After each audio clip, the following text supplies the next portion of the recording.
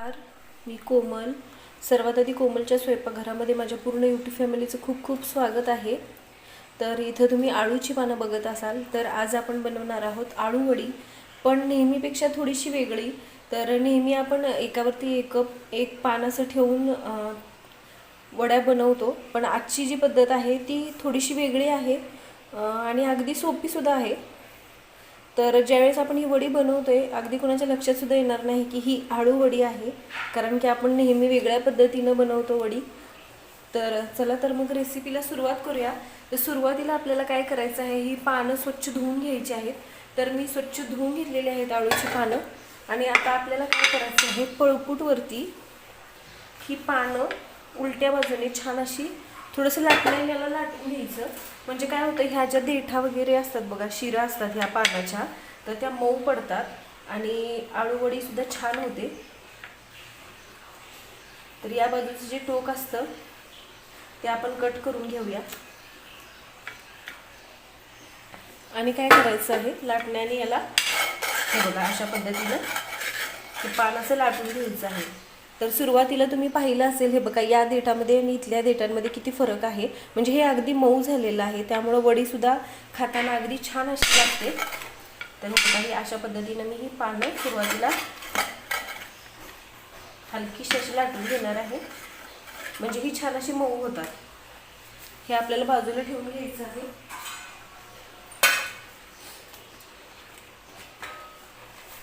दुसरं एक पान घेतलेलं आहे बघा, आणि ते सुद्धा आपल्याला हे असं लाटून घ्यायचं आहे. तर अशाच पद्धतीने ही सगळी जी आळूची पानं आहेत ती मी छान अशी लाटून घेते,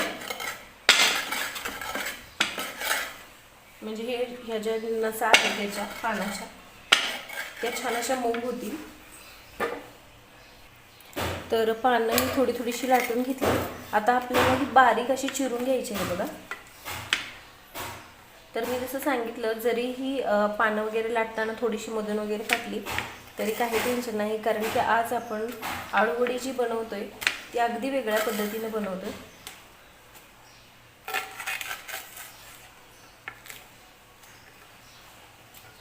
तर ही पानं आपल्याला बारीक अशी चिरून घ्यायची आहेत.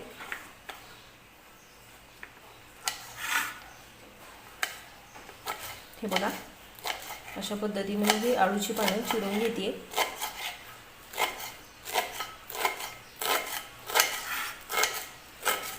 तर मी आळूवडी बनवताना दोन वेगळ्या प्रकारे बनवते. जसं की आपण नेहमी एकावरती एक पानं ठेवून त्याचे रोल वगैरे तयार करून बनवतो, आणि दुसरी म्हणजे ही पद्धत आहे.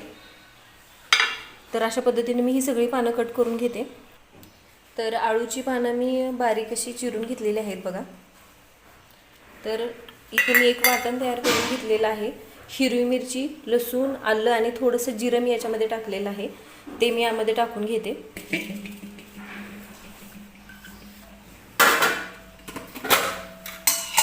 थोडीशी हळद मी याच्यामध्ये टाकणार आहे.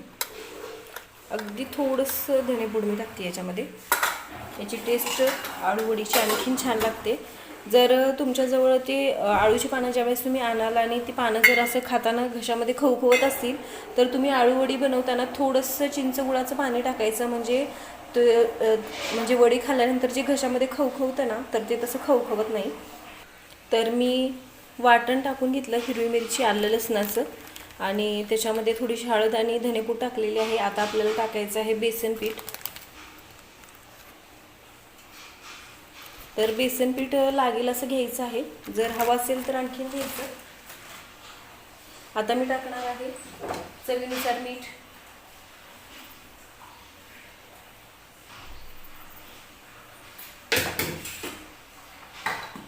थोडासा ओवा मी याच्यामध्ये टाकणार आहे हाताने चोळून, म्हणजे आळूवडी आणखीन छान लागते बरं का. तर हे बघा थोडासा ओवा मी टाकून घेते, आणि आपल्याला हे मिक्स करून घ्यायचं आहे. तर नेहमीपेक्षा झटपट होणारी ही आळूवडी. आता आपल्याला याच्यामध्ये थोडंसं पाणी लागेल असं टाकायचं आहे, आणि हे छान असं मिक्स करून घ्यायचे.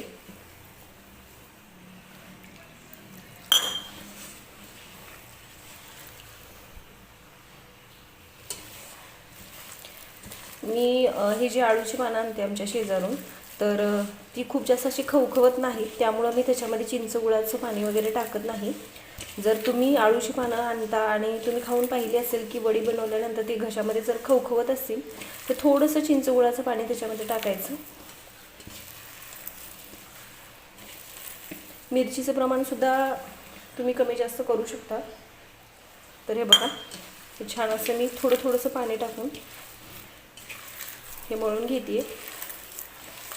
जर लागत म्हणजे असं वाटलं की थोडंसं पीठ आपल्याला हवं आहे याच्यामध्ये, तर थोडंसं पीठ वरून टाकलं तरी चालतं. तर वडी बनवण्यासाठी हे बघा, मी अशा पद्धतीनं हे मिश्रण म्हणूया आपण तयार करून घेतलेलं आहे छान असं. तर याला बघितल्यावर तुम्हाला लक्षसुद्धा येणार नाही की ही आळू वडी आपण बनवतोय. तर इथं मी एक चाळण घेतलेली आहे मोदकाची, त्याच्यावरती आपल्याला तेल लावून घ्यायचं आहे. मी पाणीसुद्धा उकळायला ठेवलं आहे आणि आपल्याला या चाळणीमध्ये ही वडी थापून घ्यायची आहे. जसं की आपण कोथिंबीर वडी बनवतो ना, अशा पद्धतीनं ही आळू वडी आपण थापून बनवतोय आज. हे तयार केलेलं जे मिश्रण आहे हे याच्यामध्ये घ्यायचं आणि छान असं थापून घ्यायचं. तर हे थापताना खूप जास्त पातळ किंवा जाड सुद्धा नाही थापून घ्यायचं.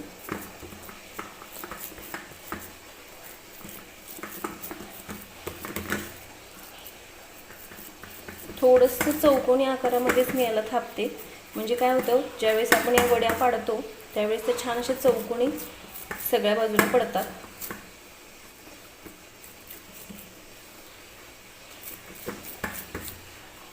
थोडंसं बोटाने असं याला चौकोनी शेप देऊन घ्यायचा आणि मग ही वडी थापून घ्यायची.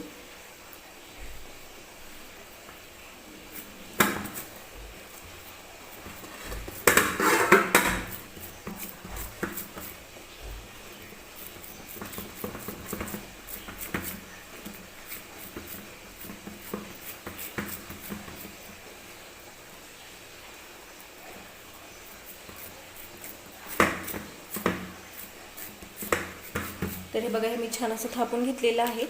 आता याच्यावरून आपल्याला लावायचं आहे तीळ. तर सगळीकडे हाताने असं मी हे तीळ टाकून घेते बघा.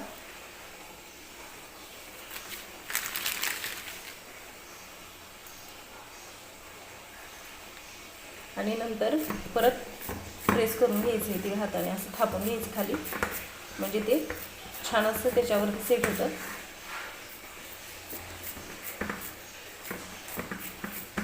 चौकोनी आकार म्हणत पूर्ण राऊंड शेपमध्ये अशा प्रकारे मी आळूची जी वडी बनवायची आहे ते थापून घेतलेली आहे. तर झालं काय की एका बाजूने थोडंसं जाड वाटायला लागली मला ही वडी, त्यामुळे मी गोल थापून घेतली. तर काय हरकत नाही, सेंटरमधून चौकोन वडी छान अशी काढून.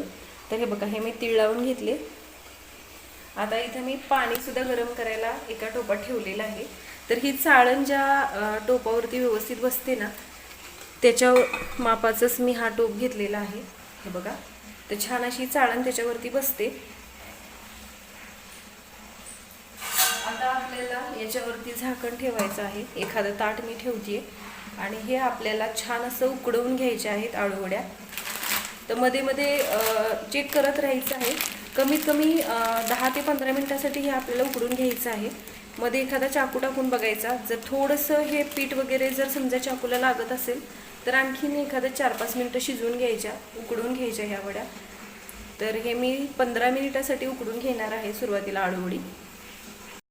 तर 15 मिनिटांसाठी वड्या मी उकडून घेतलेल्या आहेत बघा, आणि थंडसुद्धा करून घेतलेल्या आहेत. तर ह्या वड्या कट करताना हे पूर्ण थंड होऊ द्यायचं आणि मग याच्या वड्या पाडायच्या, म्हणजे अगदी पाहिजे अशा वड्या याच्या कट करता येतात. तर मी याच्या वड्या कट करून दाखवते बघा. अगदी तुम्हाला ज्या आकाराच्या कट करायच्या आहेत त्या तुम्ही कट करू शकता. तर ह्या पाहिल्यानंतर कोणी म्हणणार नाही की आळूची वडी आहे ही. तर खूप जास्त वेळ लागत नाही अशा पद्धतीनं वड्या बनवताना.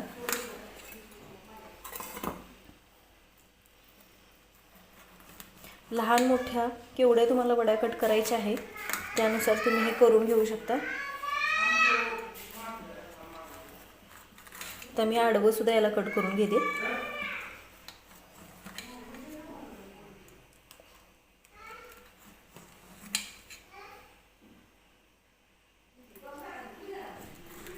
तर हे बघा छान असं कट करून घेतलेलं आहे. तर सुरुवातीला मी बाजूची वडी काढून घेते आणि मग सेंटरच्या तुम्हाला वड्या काढून दाखवते की किती छान कट झालेले आहे ते. तर ही बाजूची असल्यामुळं याला थोडासा आकार नाही दिसणार.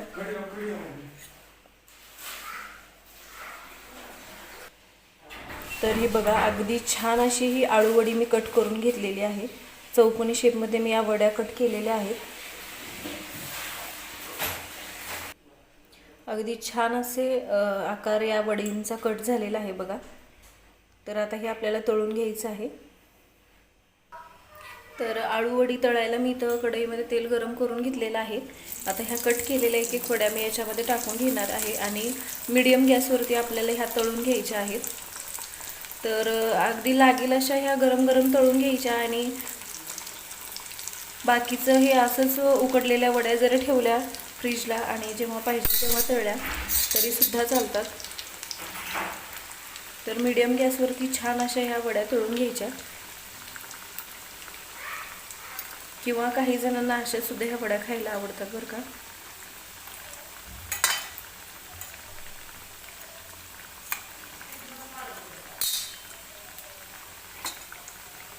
तर मीडियम गॅसवरती मी छान अशा ह्या आळूवड्या तळून घेणार आहे. तर एका बाजूने तळल्यानंतर मी ह्या वड्या पलटी करून घेतल्या आणि छान अशा ह्या वड्यांचा रंग चेंज झालेला आहे बघा.